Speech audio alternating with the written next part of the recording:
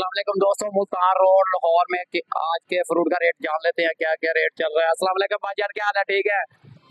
ये मीठा बेहतरीन एक रेट मीठा दे रहे हैं, सिर्फ 150 रुपए दर्जन। 150 रुपए किलो है क्या दर्जन है? दर्जन दर्जन दर्जन लिखा हुआ है, 150 रुपए दर्जन एक रेट मीठा।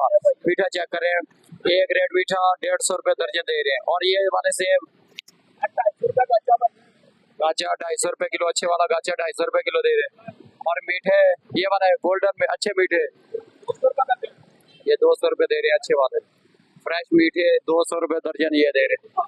और अनार, ये कौन सा अनार है? केड़ा अनार है? कंधारी।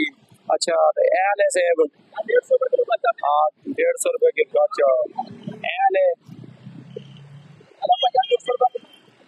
अमरूद, अमरूद भी है 200 रुपए नए आए हैं। ये भी फ्रेश माल है 200 रुपए किलो। और मतलब ये 150 रुपए दर्जन। आड़ू 200 रुपए किलो। अंगूर ये टूटा हुआ, ये तो है क्या?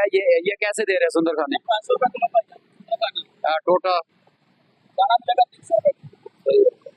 मुल्तान रोड पे भाई फ्रेश फ्रूट सेल करते हैं। मुल्तान रोड लाहौर में ये फ्रेश फ्रूट आपको मिल जाएगा मुल्तान रोड लाहौर में। तो ठोकर वाली साइड पे ये होते हैं।